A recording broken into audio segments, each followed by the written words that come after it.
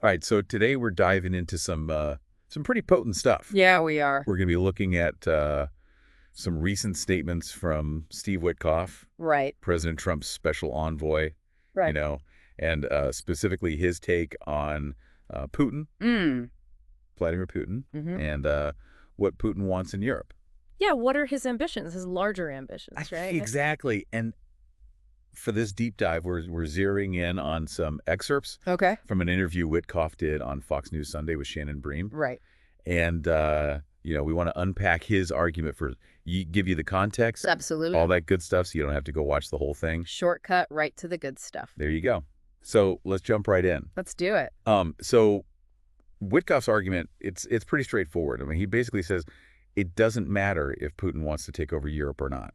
Yeah, that's a pretty bold statement right there. It is, and his reasoning behind it is even more interesting. Right. We're talking about this against the backdrop of the ongoing conflict in Ukraine. Yeah. In fact, the interview mentions overnight attacks. They killed at least 7 people. Oh, wow.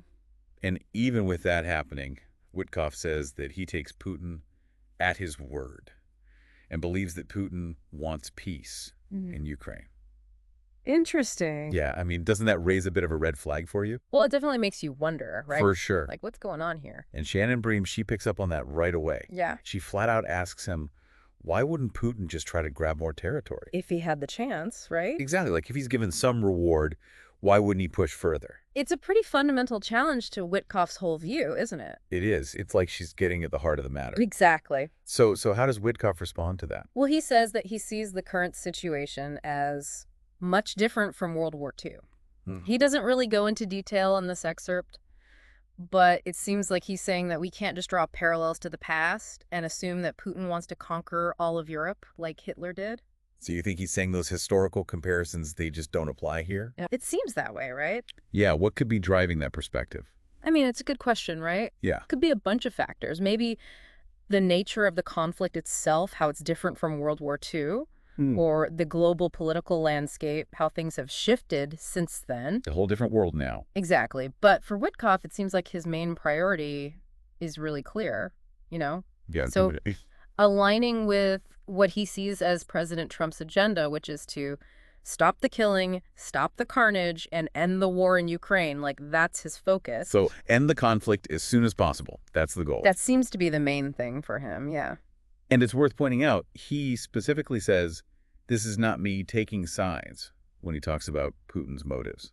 Right. He's not saying he agrees with Putin. He's just presenting this assessment that Putin doesn't want to take all of Europe as his own opinion. As his interpretation. Exactly. And he even suggests that this view might be gaining some ground in Europe. Yeah, he says that the Europeans are beginning to come to that belief, too, that Putin's ambitions are limited to Ukraine. So he's not alone in thinking this way. That's what he's suggesting. Interesting. So let's try to sum all of this up. Okay. From what we're hearing in this interview, Witkoff, as Trump's special envoy, he's really stressing the need to end the violence in Ukraine, like, immediately. Right. And his skepticism about Putin wanting to take over all of Europe, it seems to be tied to this focus on ending the conflict right now, even if it means taking Putin at his word. Yeah, and he admits that this is his personal opinion. But it's interesting to think about the implications of that, right? Definitely. What are the implications of prioritizing stopping the fighting right this second versus worrying about what Putin might want to do 5-10 years down the line? It's a tough question, isn't it? It is, and I think it's something worth thinking about. Absolutely. Like, what kind of factors should we be considering when we weigh these different priorities? Historical context, maybe? Yeah. Different diplomatic strategies? Yeah. It's a complex situation, for sure. It is, and we've only just scratched the surface. That's right. There's always more to explore. Always more to learn. Exactly. Well, on that note, we're going to wrap things up here. That's good. But definitely keep thinking about these questions, folks. Yeah, stay curious. This is important stuff. It is. All right. Thanks for joining us for another deep dive. See you next time.